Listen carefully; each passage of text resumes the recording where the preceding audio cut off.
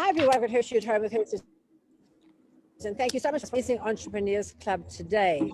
We're so happy to have you all with us, and really hope that you're going to learn something, be able to take your business from zero to hero with the work that we're going to show you today.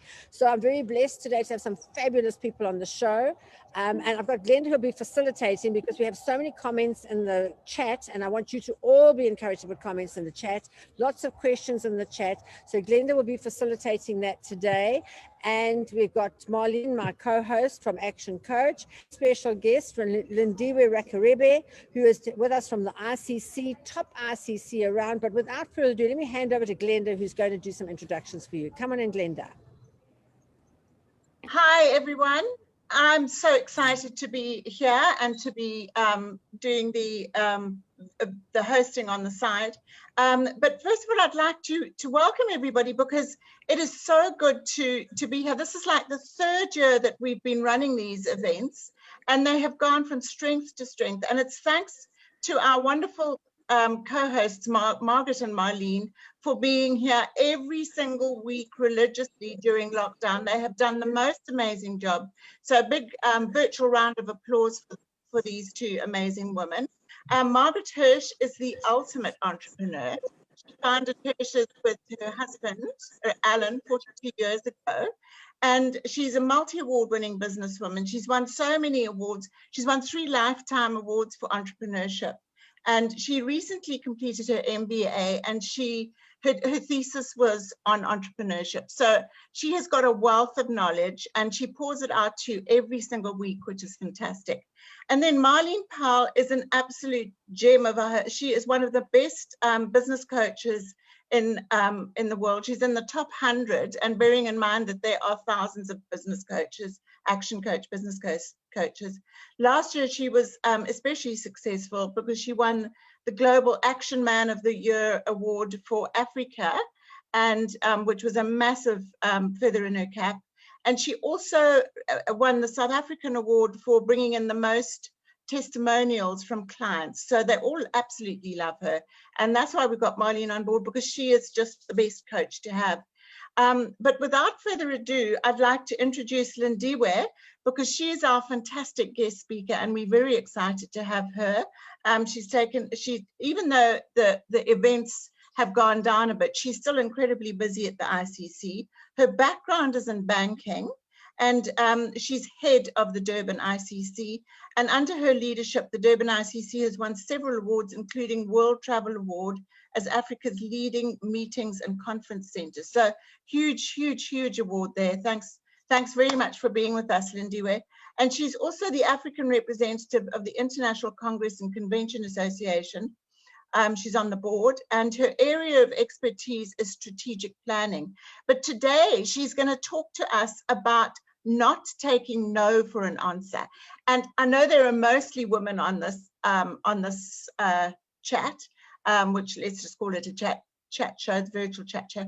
And that's what we all have learned to do over the years, is not taking no for the answer. We have had to be on top of our game, and we've had to say, let's just push forward with this, if you don't mind. And I think she's an expert at this. So welcome, Lindiwe. So excited to have you on board. Good morning. Thank you. Thank you so much, Glenda. Good morning, Margaret. Good morning, Marlene, Glenda, Shane, and the rest of the entrepreneurs that are viewing online. And I heard we have people from London and others are outside of South Africa. A warm welcome. And it's really warm in Durban. When I say a warm welcome, it's truly, truly warm. So it's truly an honor for me to be with you this morning to share my personal journey, leadership journey, on how we've arrived at where I am today, and the guiding principles, what has kept me going, what really keeps me alive. And I'm hoping whatever I can share with you can help you today. Some of you may know that before coming onto the Durban ICC as the Chief Executive Officer, I was in banking, and I looked after ABSA for many years for the whole of KwaZulu-Natal region. And prior to that, I was at FNB. I've basically worked for all big four banks in South Africa, your Nedbank, your Standard Bank, your ABSA, as well as parts of, you'd remember that NBS before they joined in NetBank, I was also part of this. So I've worked with all of them and I've really enjoyed being in banking. And I always used to tell people banking runs in my veins, and I truly meant that. So it's been a really good grounding place for me to keep me in banking. And I think the guiding principles have served me very well, even in the business arena. But before we even discuss all that, I just want to give you a little bit of my background, of where I've come from. I think that's why Marlene asked me to come and share with you, because not taking no for an answer, it's part of who I am. I'm not taking no for an answer, but I do it with a smile. You'd remember when I was at the boarding school, my mother decided to take me to a convent. I was taught by nuns. She wanted me to be holy, and I still am the whole time. But I realized that they were mixing the subjects, and I told my mother, I can't do this. So for my last year, my matric, I wanted to make sure that my subjects were aligned. My business economics, accounting, I wanted to make sure that I streamlined all those businesses. Because at Montebello, they were mixing everything, biology, accounting, and I said, no, I can't do this, ma. So I left when the schools have already started, and I went to Mlazi Commercial. The school principal there was Leroux. Mr. Leroux told me that they've already started the school. I was 2-3 weeks late, and the school is already full. I said, no, Mr. Leroux, you can't tell me you don't have a space for one person. I'm sure we can pick up a desk and find a desk somewhere. You can put me in a class. This is what I've done. And I showed him all my accolades, how I've always talked to the class in accounting and business economics. And in economics, I said, I promise you, you will not regret you taking me. And that's what you did. We went and picked up the desk. They put a desk for me, and that's how I started. So for the first week, I didn't have the uniform. I was just coming in my old school uniform. And Leroux said, I've never met somebody like you. You're just not going to accept my no. I said, no, Leroux, you're going to find a space for me. We're going to go pick up the desk. And that's how I started. And I completed my matric with them, and it was beautiful. I finished early because I'd started early in life. Again, it's not wanting to accept the no. So I started at Standard Bank. Again, at Standard Bank, there was no position that was advertised. I'm sure, Margaret, you will have a cadenza when somebody comes to your company and you haven't advertised any posts and they're coming to tell you that they're coming to work. Because that's what I did with Standard Bank, with Mr. Murkison. I came with my certificates and I told him I finished, and I had a course at the University of Natal, which they had given for all the matriculants, and I did well. And I finished now. What do I do with my life? And Mr. Murkison looks at this. First, his PA says, I can't come in because I don't have an appointment. And I said, but I'm making one now. Please allow me to see Mr. Murkison, even if it's through his lunchtime. I'll only take 5-10 minutes of his time. And that's what I did. And I showed him all my good results, what I've studied. And I said, I live in Chesterville. So I only take one bus to come into town. You can't tell me there's no branch where I can work. I want to be a banker. I'm telling you, banking is in my vein. And then I told him a story that even at the boarding school at Montebello, I used to keep the money for all the students. I kept a proper ledger book, and I would write down who's given me so much money, how much have they saved, how much are they going to need when they go back home over the holidays. So I showed them I've got the skill. So I think if you do not take me, you're going to regret, Mr. Murkison, for the rest of the life that you've left a good candidate that you could have employed to come and work for you here at Standard Bank. So what is it going to be? I can also work in Westville. It's a walk from my township, from Chesterville, into the Westville branch. So is it going to be the Devon branch or the Westville branch? All I'm saying, I'm not leaving this office until you tell me where I'm going to start working. And that was our conversation. This man said to me, it's either you are crazy or you are very brave. I said, well, sir, a bit of both. And then he says to me, I have a problem. You are underage. In the South African law, I'm not allowed to hire you. I said, that's easy. Don't phone my mother. My mother is a nurse, and she won't take calls. In those times, there were no cell phones, so he had to call landline. I said, he doesn't take calls at work, but you can phone my grandmother. There is a phone. We do have a phone at home. Phone my grandmother. She can sign. And that's how it worked. He talked to my grandmother. My grandmother signed the guardianship, allowing me to work.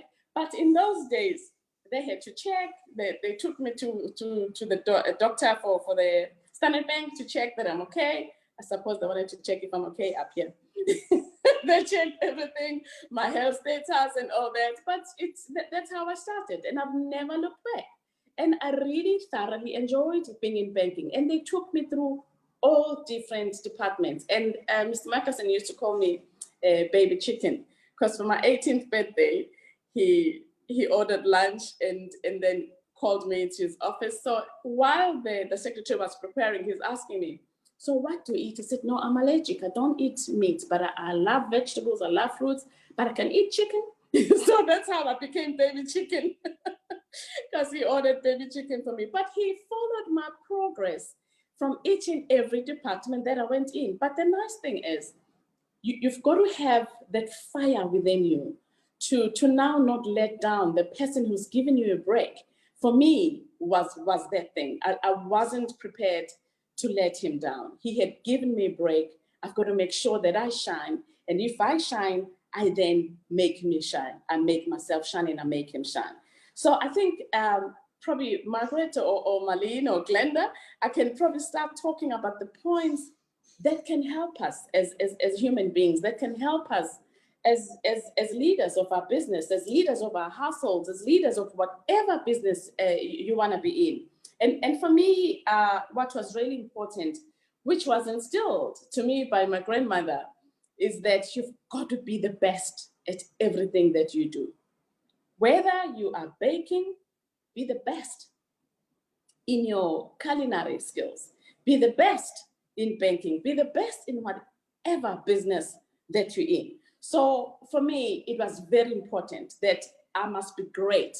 I must be great at who I am. I must be great at everything that I do, because that's your unique selling point. That is just you. Nobody else can take that away from you. So nobody else can tell you otherwise, because you are great at being you. You can bring your unique style wherever you go. You can bring your unique skills wherever you go. You bring your unique greatness. So don't try and be someone else. It's never gonna work. Be yourself all the time and be great at what you do. For me, that has worked. That has worked for me, and I keep on doing that all the time. Being great at who I am. That's the differentiator for me as well. And I keep on telling my team as well at the ICC that there's convention centers everywhere we go. But how do we differentiate ourselves? Let us make sure when people come to the Durban ICC, they can feel that they're in Africa. We are an African convention center with great high standards. We operate on a 5-star level, on the international level, but let them feel the African warmth when they come and be with us. That is why you'd find even with our big events, our World AIDS, I made sure that they wear their beaded necklaces, their beaded, because we must show people where we come from. And I love that, because I thought of that very nicely. The beadwork that we do, we get it from Hillcrest. So we are helping other people in the Hillcrest there, because they get to buy their medication with our support. So we support each other. So we are reaching to people, telling them who we are, differentiating ourselves, but at the same time, purposefully helping others. So we must never say, no, we can't do this. Of course, we must always find a way of doing things for people. The second point that I'd like to raise, stay ready. Be ready at all times. You never know what lies in the horizon. If you're a business person, never leave your house without business cards, because you don't know who you're going to find in that meeting. And that business card could do something for you. I just think we can all relate during this pandemic. We've lived through 2020. 2020 has really thrown us upside down. But you've got to stay ready for the unexpected. Stay ready for the new opportunities that may come. Stay ready for the new challenges that will identify your business through these challenges. So if you're planning to succeed only if everything works according to your plan, then you are limiting your success. You've got to be flexible. You've got to be agile. You've got to be able to prepare to tweak your business formula of how things work. So we realized at the ICC that we can't have people, the president has told us we can't have 1,000 people coming through to the ICC. What do we do with 50 people? What do we do with 100? Because remember, at first it was 100, then it was 250, then it was 50. We embarked on virtual events. That has kept us going. That has kept us alive. So you've got to stay ready. Be flexible, change how you do things. Stay alive. Don't just sit and sit down and cry, oh, we've got COVID, there's nothing we can do. No, do not take no for an answer. Move along, keep moving, keep finding things to do. Be agile, be flexible, find things that you can do. My third one, do not allow yourself to be overworked. You have the hardest worker in your business. You are your hardest worker in your business, but find a way of how you do that. You have to get there early, stay there late as well, but you've got to give your best every day. You set the tone in the work ethics as well with your department, with your company. So you must never allow yourself to be overworked by your competitors. Don't worry about what the competitors do. It's good to listen and know what they're doing, but don't let them overwork you. Don't let them take over, because you have to take that business to the next level. You have to set the tone. You have to set the standards in your own industry. So most of the time, it comes down to you putting in more than budgets, more than the latest widgets. So let's put in more what we could do. Don't allow yourself to be overworked by other people. The fourth one, be better every day. Keep on improving yourself. Don't say, no, this is it, I can't move from. No. Keep on perfecting yourself, because practice makes perfect. Practice makes perfect. Keep on improving yourself. Keep on checking what else can you do more. We should be really improving in areas of our lives every day, because this will be different for everyone. And I will encourage you to take stock. Take stock of your life, honestly, and rate yourself. How do you think you're doing? Take stock of your life and check, how do you think you're doing in the areas of your health? Are you exercising? Are you taking that walk along the ocean or on the road? Or are you exercising? Are you breathing? Take stock of your relationships. What are you putting in that? Because for you to take anything out, you've got to check what you're putting in. So take stock of that. Take stock of your finances. It is very important that you go through your finances with a fine-tooth comb. What have you got in? Do you have any reserves? What are you spending every month? Do you find you're spending more now during COVID? Where can you save? Take stock of your spiritual growth as well. We all believe in different things, but we all have to take stock of our spiritual growth. This is a good way to identify areas that you have to work on, that you would like to work on, and see improvement in your life. Remember, it may just only take 1% of improvement every day, but in 15 weeks' time, or in a few weeks, you would see there's 100% better than you are where you started. I never used to do breathing exercises. I never used to do sit-ups. I've got boys. God has blessed me with 3 boys and 1 girl. My first one is now married. I'm a granny, believe it or not. So the 2 little ones, are at the boarding school, and they made sure they get me walking all the time. They bought me dumbbells. Mama, you must make sure your arms are strong. And so I found myself doing things, and but that has helped me. I find myself having to better myself on the health-wise.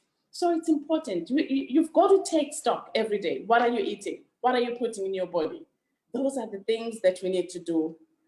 Practicing and making things perfect and better, making sure your life is better every day. The 5th one, do not let fear motivate you. Do not let fear motivate you. Do not let fear paralyze you. Fear must not paralyze you, but fear must motivate you and not paralyze you, because you encourage yourself to use the prospect of pain in some areas that will motivate you to take action to do things, but don't ignore it. But don't let that fear prevent you from doing things. But Do not allow it to paralyze you, but make sure that you push yourself to do things. I'm reminded, Philippians 4, verse 13, that I can do everything through Christ who strengthens me, even though you find that it's heavy, but keep pushing, and you will do things. Do not be paralyzed. Keep pushing and do things. And let us not make excuses. The sixth one, don't make excuses. In my experience, there are two types of people in this world. There are those who find solutions, and there are those who make excuses. But both of them, they don't have the same end result. So my encouragement to you, to everyone that is here today, would be to catch yourself before you make an excuse. Catch yourself before you make that excuse and ask yourself, is this just a more convenient way for me to find out the actual solution? Don't allow yourself to be the victim by making any excuse. Do something. Stop making excuses and find a solution for every problem that you might have. There's always solutions, that I know. There's always solutions for every problem that you might find. The seventh one is the opportunities that lie in the complaints. Allow your clients to complain. Believe me, listen to the complaints, because many business owners underestimate the true value of the complaints that come from those clients. And appreciate those complaints, because people can vote by moving away from your business. You'd wonder why people are not coming back, because they haven't complained. But when they complain, they care. They're giving you an opportunity to correct whatever issues that you must have. I really believe that successful people do the opposite. They will take those complaints seriously and try to objectively put themselves in that other person's experience. This allows them an insight into the minds of their customers, into the shoes of their customers. And you'd find a way then on how you can serve better.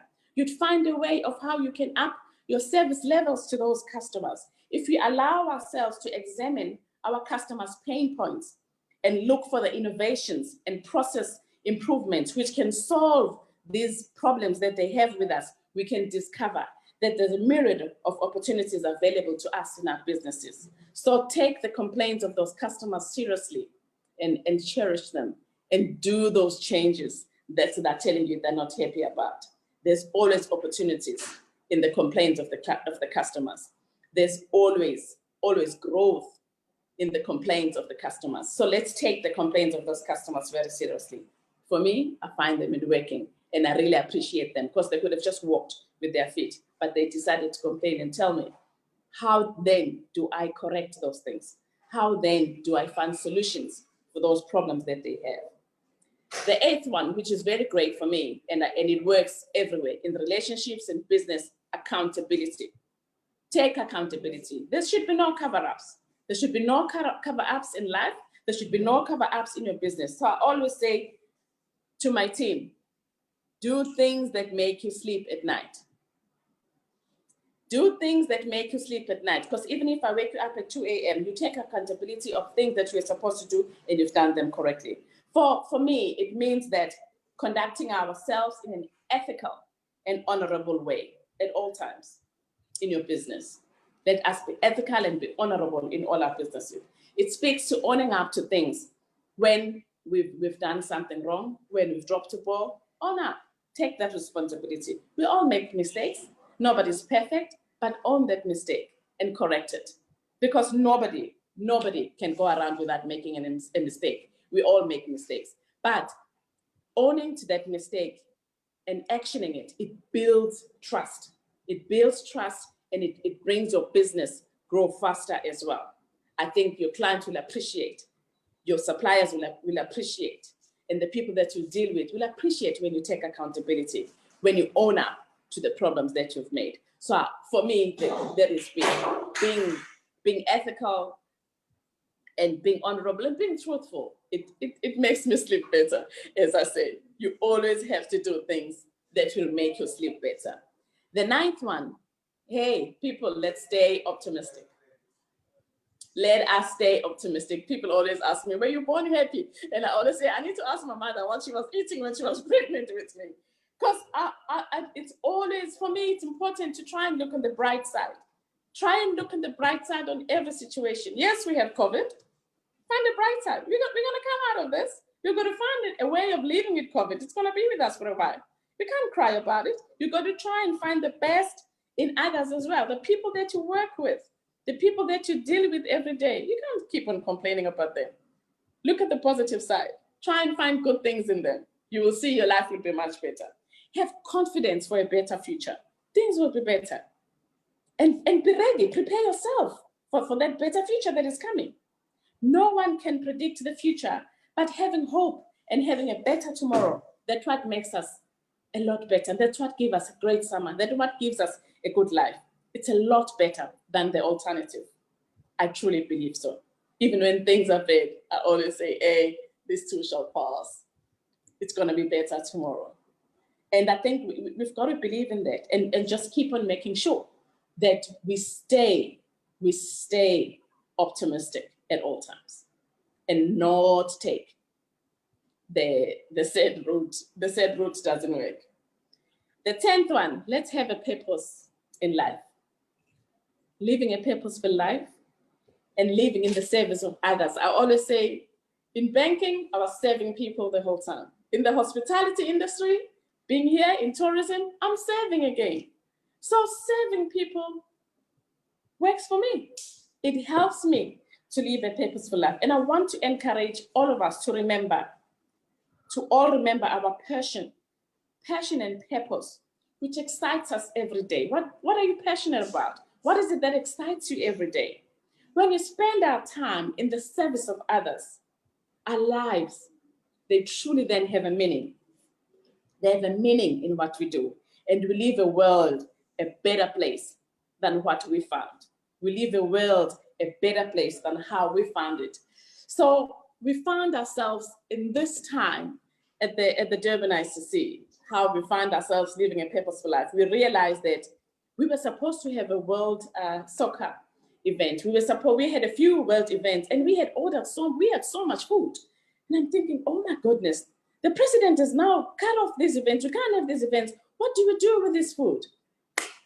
What we did, we contacted all the old age homes, we contacted all the centers, we told them, we gave them a list of foods that you have, please come get.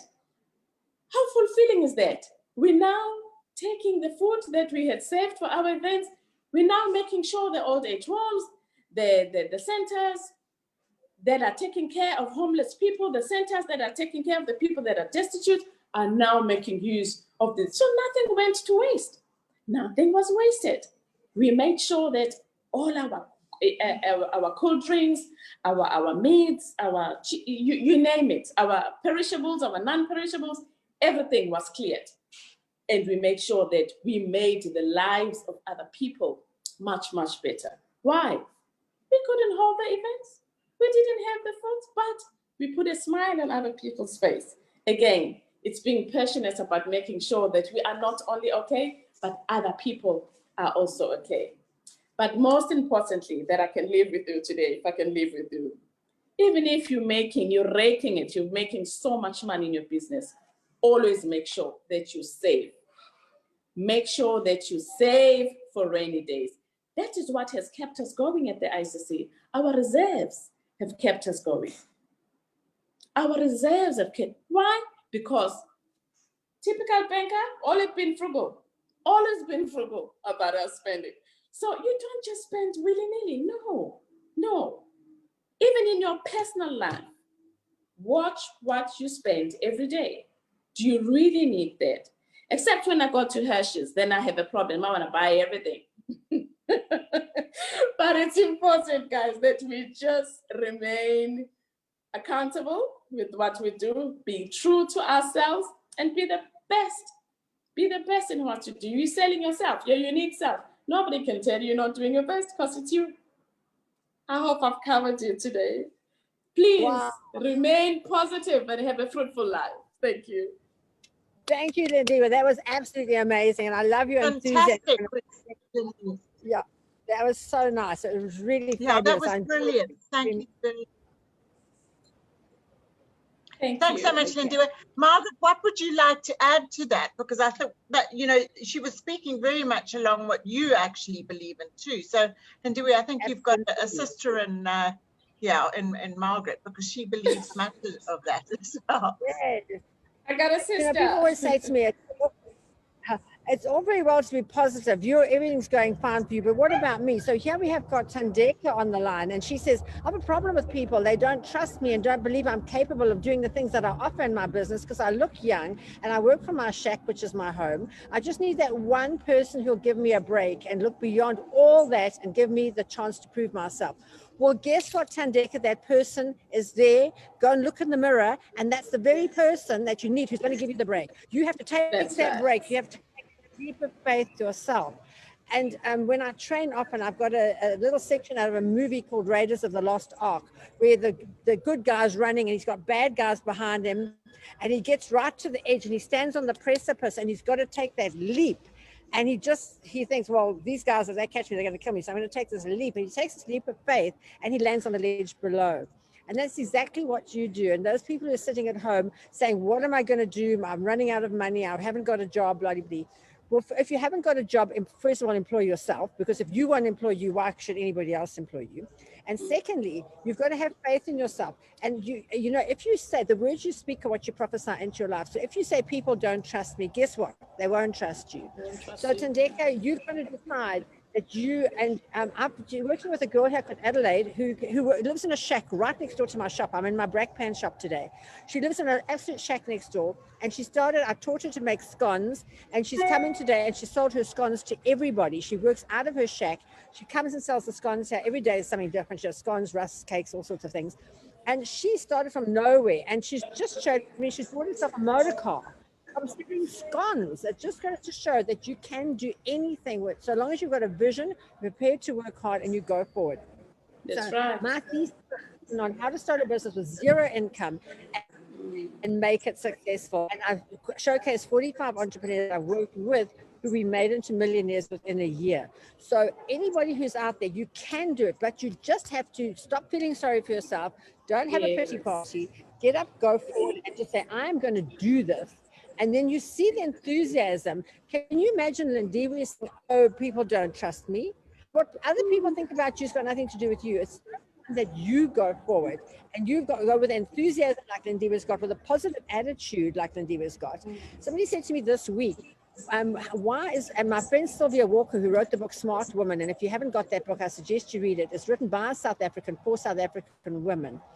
And I was talking to her yesterday. She's writing another book for the Reserve Bank. Can you believe it? But anyway, I said, I don't know that that'll be a bestseller, but anyway, we'll wait with bated breath. She said to me, she was asked, what makes rich people rich? Why are rich people rich and why are poor people poor? What is the difference? And I said one word: mindset. Your mindset. You're rich or poor in your mind first. If your mind says you're poor and people don't trust you, you'll be poor and people won't trust you. If your mind says, I am rich and people will trust me, you'll be rich and people will trust you. So it's so important to get your mindset right. What you think about yourself is important. What other people think about you is not important. It's what you think about yourself. So if you think you're trustworthy, you think you're good, and don't wait for that big break, go out and grab it with both hands. Because as Lindiwe said, it's better to be prepared and not having something to do than to wait for something to come along and you're not prepared. So start preparing for that time when something's going to come up, and it's going to be an opportunity that you have to take right there and then. And that opportunity will come, but you can't be at home having a pity party in your shack. You've got to be out there peddling your wares, doing whatever you do. And I said to my staff this morning, I said, look at the birds of the field. Look outside and all those birds. God's fed all those birds. You never see a bird dying of hunger. They always got food. Same with us. God will give us the food, but he's not throwing the worms into the bird's nest. And the same with us. He's not throwing that money at us. We have to go and scratch and hustle all day, every day. We're scratching and hustling to make that money so that we can get ahead. And it's so important that you know that.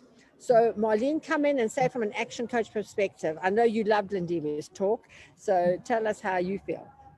Yes, absolutely inspiring, Lindiwe. And I remember when I first met you, said, hello, my peach friend. And then you gave me this hug. And I thought, oh, I'm not a huggy person. I thought, how can Lindiwe be hugging somebody like this? And then you're walking through your ICC and she's hugging everybody along the way. And I thought, this is something different. It's absolutely amazing. So you must be at the moment, everything virtual, you can't hug. But just following on Lindiwe, what you said, and Margaret as well, is that if it's meant to be, it is up to me. So anything that you want to happen in your life, you're the first person who has to believe it. And what's important as well is, you know, I've made a hell of a lot of notes here as well, copious notes, which I'm not normally a notes-taking person. But everything does start with yourself. And the no's that you get is because you're not confident about yourself to be able to influence other people to believe in what you believe in. So if you're absolutely strong about what it is you want and need and working towards and believe in, you will find and attract the right people to be able for you to do that and achieve it. So, you know, when we talk about the topic of not accepting no for an answer is, you know, often I'll hear, again, I think it was Tandeka about age, as I'm young. Well, that's what you believe.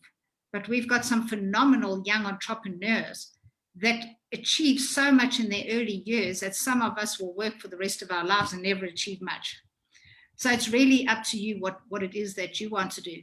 And, you know, just generally on a whole lot of things about uniqueness is we all have our own ID number. Nobody in the world has your ID number. Even if they might have the same birthday, they don't have the same digits.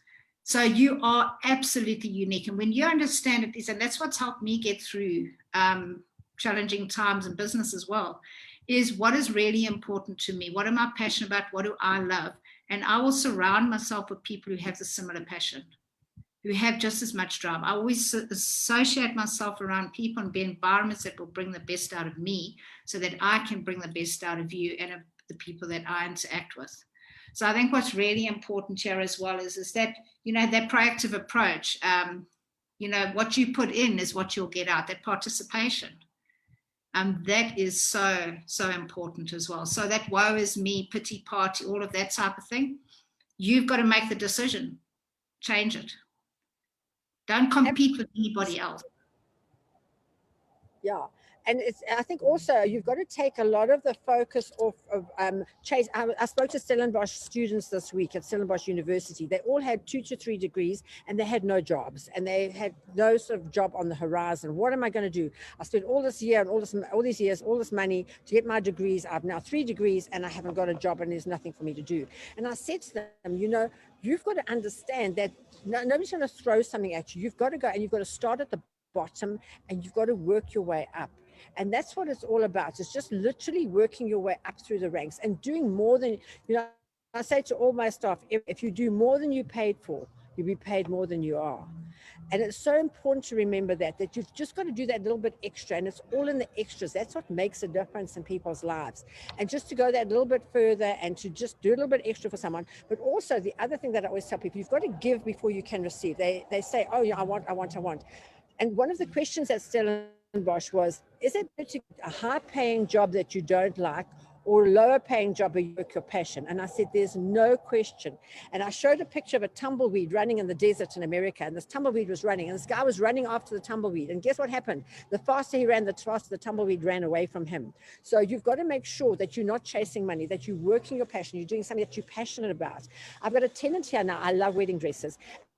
And a tenant in my shop in Hirsch's Brackpan who sells wedding dresses. I'm so excited. And she's working her passion. She loves it. I love being around these beautiful dresses. We've got these brides coming in, even in the middle of this pandemic, who are getting married and saying, I can only have 50 guests, but I'm tired of waiting. I'm now getting married. And they're coming in and trying on these dresses. And it's just such a lovely atmosphere here where these beautiful girls are trying on these dresses and coming out saying, and we say, we ask the question, do you say yes to the dress? So they're trying about 6 dresses, and the last time we say, do you say yes to the dress? And they put on the one they've chosen. They say, I say yes to the dress. It is amazing. This woman is working her passion and she just loves every minute of it. And it's just amazing to be around her. The joy is palpable, and these girls start crying because they look so beautiful as brides. It's wonderful. So definitely you've got to work your passion. And if people say you mustn't do this and you mustn't do that, don't take that. Don't take their no for an answer. Decide that that's what you're going to do, and you're going to get out there and make it happen. Lindiwe, what do you Margaret, think? I just want to say, Margaret, can I just come in here and quickly say, you know, last night, Ramaphosa, one of the things that I took from his talk was that small businesses are definitely the backbone of the country, and they're going to stop preventing imports from coming in. There's certain imports.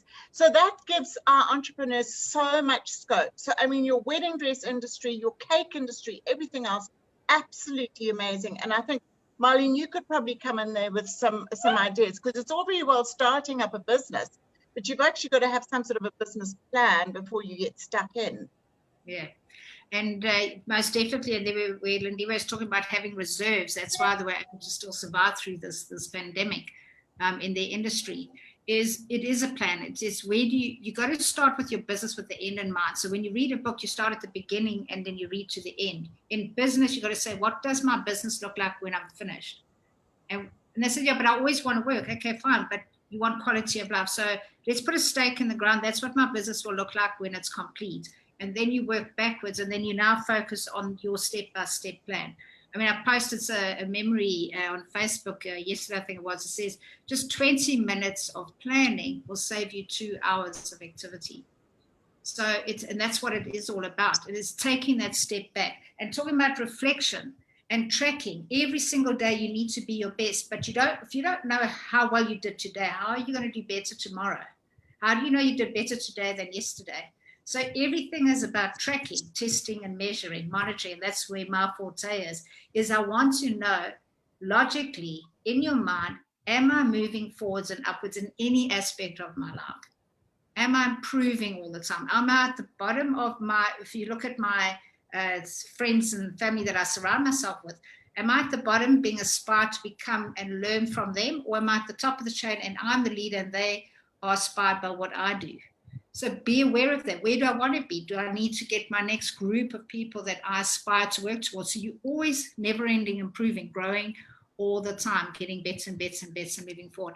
And that's what we want to teach our entrepreneurs, is your business is the vehicle. Don't let the business dictate to you what will or will not happen. You've got to own it and drive and be the leader. And your team will follow you, your clients, your service providers, they will follow you because you're leading directly. Because a lot of people don't know where they're going. So they're going to find someone who knows where they're going. And they piggyback with that until they find their own path, their own purpose, their own being. That is so true, Marlene. I think we all started somewhere. Started somewhere. But we improve as you go. You better yourself every day. As I said, I started in banking. I mean, in those days, we used to have waste department where you split your debits and credits. Who knew that a brown girl like me would be running ABSA for the whole province? And when I started, I want to go back to Thandeka about age. Age has got nothing. It's all about your attitude. It's all about your. You know, when I started Thandeka, I was underage in the South African terms. But I told them, is it my fault that I finished school early? I'm here now, I've finished. And I remember when I started at ABSA as well, I was probably the first African regional executive to run the whole of ABSA, because they've always had men. You know, in banking is full of men. And one of my other pitch people who've been in the business for a long time, I remember this Afrikaner guy who came to my office and said, oh my goodness, they brought us a child. You grin behind your ears. And I said, no, I've been in banking. Then I tell him how many years I've been in banking. I said, don't be fooled by this. It's just how we were made. I stayed longer in the oven. And because I stayed longer in the oven, I don't age, I don't crack, but I'm old, but I don't look old. That's just how I've been made. Some of us stayed longer in the oven. Some of us came out early. You know, that's how I call the pitch people. They came out early in the oven. So I'm brown and I stayed longer. So, but we had that beautiful respect for each other later, because each time I kept on doing it, I will call him into my office and I'll first email him and show him how we're doing. And KZN became #1, being led by a brown African woman. So I said to him, you see, it's not about color. Inside, we're all the same. Some of us left the oven early, some of us stayed longer, but we're all the same. Our beauty is all the same. So because God has given me different tools, you know, you don't have tits as a man and I have tits. That doesn't mean that, you know, we can't do, we're all good. We can all do the same things. So never look at yourself in an inferior way. You know, be better at everything that you do every day. Keep on improving yourself. And I kept on improving the province, and I kept on sending him the results, you know, every year. And we became great as ABSA in the province. Same story when I came to Durban ICC. They've never had a brown woman running the convention center. So it's not about color, it's not about age. We can all do, we all have the ability to make the things great. Believe in yourself, believe in yourself. That's all I can leave with you today. Yeah, you're so right there. And I just see here, we've got a whole lot of people here, and we've got Sunitha who says, I'm currently unemployed, 34 years as a personal assistant. I'm going to start as a virtual. Of course, you must start as a virtual PA. That's, everybody is now working from home, and they need a PA. They don't want to come home and do their typing. They want to just, I voice note everything to my PA, and she just does it for me. It is so nice. So a virtual PA, I think, and you put yourself on this platform, if anybody out there wants a virtual PA, there you are, you've already started your business, and you start right now with what you've got, you know. So it's just so amazing. It's just wonderful. And you can start there, and I promise you, you will, I know a virtual PA in Cape Town who is inundated with business. In fact, she's got 4 women working for her now, and she started just by herself when she had her baby. So it's just this, I believe we live in a land of wealth and opportunity. There is wealth and there's opportunity out there. And if you're not taking it, it's your own fault. Just look in the mirror, point yourself, say, if it's to be, it's up to me.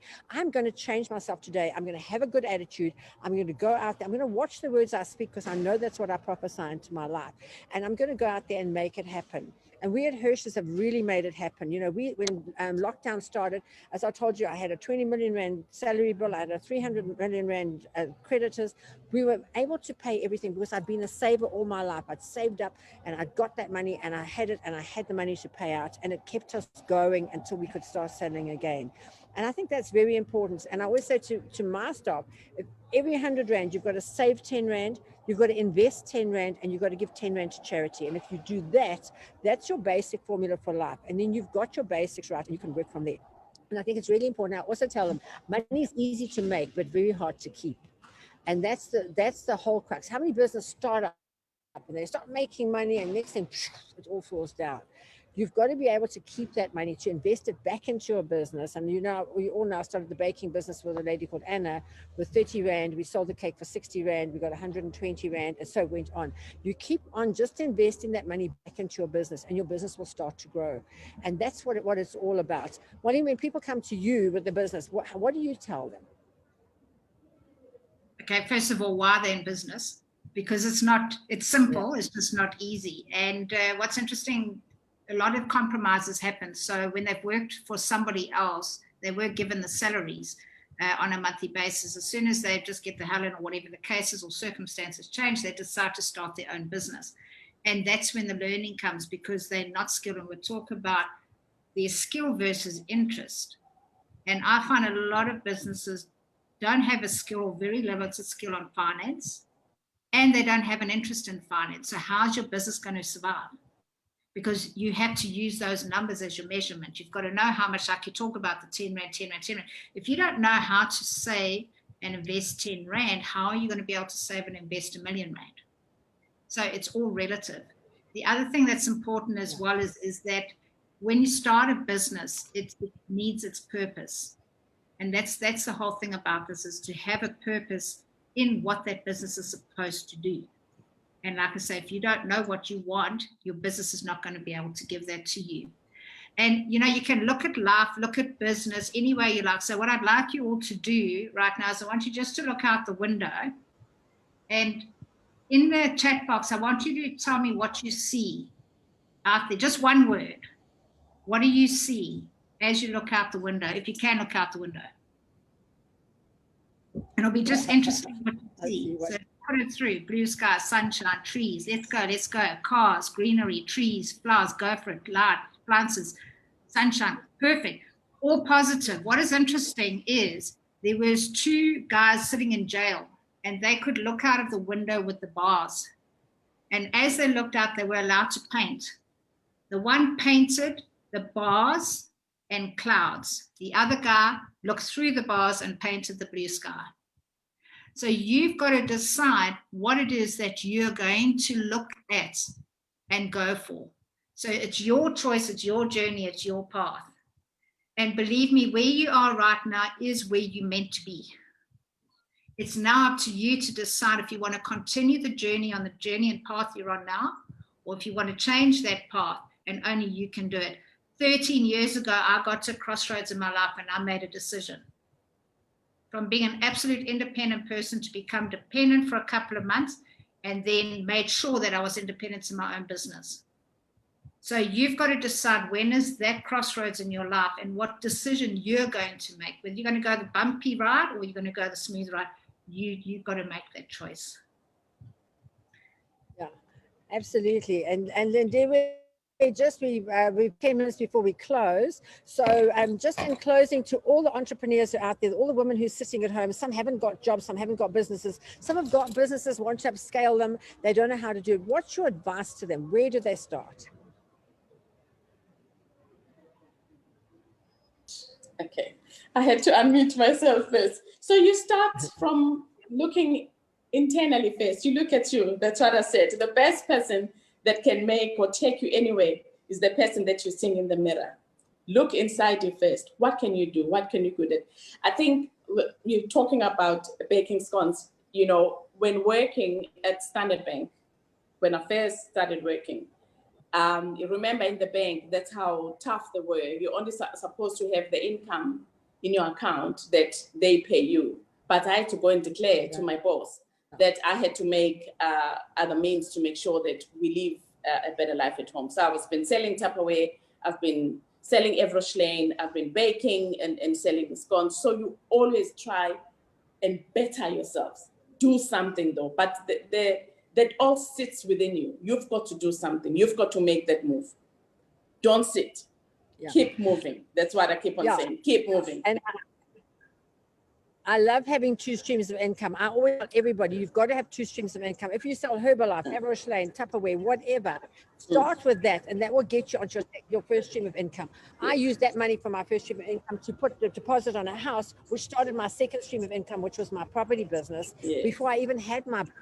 So I think it's so important that we do things like that. And I love it when people are doing that, because apart from anything else, companies like Honey, Evershlane, all those, they train you so well. Secondly, it'll give you an income, and you'll meet so many people. So when you do have a business one day, you already have your network. So I think that is so, and I always say your network is your net worth. It is so important to have a really good network. Marlene, how do you feel about networking? Yeah, you have to network, but you'll find a lot of people who network go there just to socialize and not actually work. So it depends what you're looking for. Are you looking for just company because you're on your own at home and you need to be amongst people? And that's the whole thing, is you've got to find the right networking platforms depending on what you're trying to achieve. So that's why sometimes I'm very selective as to which networking events I attend or who I network with. So mine is very much around strategic partners at the moment. So where do strategic partners network? Others might be very specific on a certain wedding and functions industry. So where will they network? So networking, you have to be, and it's interesting. I watched that Undercover Billionaire and learned so much from them. When they always tell the very first thing you do is get to know people. You've got to surround yourself with people and influential people. And they must also see that you're wanting to give back and improve them and improve their town. And that's very powerful. Don't try and do anything on your own. So you have to be able to network. And also, you want people, I always talk about, instead, you want them to pay you money, but before they pay you money, you need to get them to pay attention. How do you get them to pay attention? And what attracted you to, not you, but us, attracted us to want to be associated, like me and knowing Lindiwe. Absolutely awesome, and it gets me going with you as well, Margaret. That's and Glenda, of course, because you might get me noticed. But that's what it is if it fuels you, you're surrounding yourself with the right people. Always say, be with the people and surround yourself with people that bring the best you out.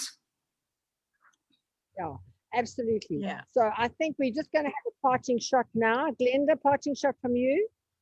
Margaret, I just want to say I am just so impressed with all the comments that have been coming through. They're all positive, and people are sharing their business information, and I hope people are writing these down, because there's some fantastic tips and ideas and people wanting to do business with each other.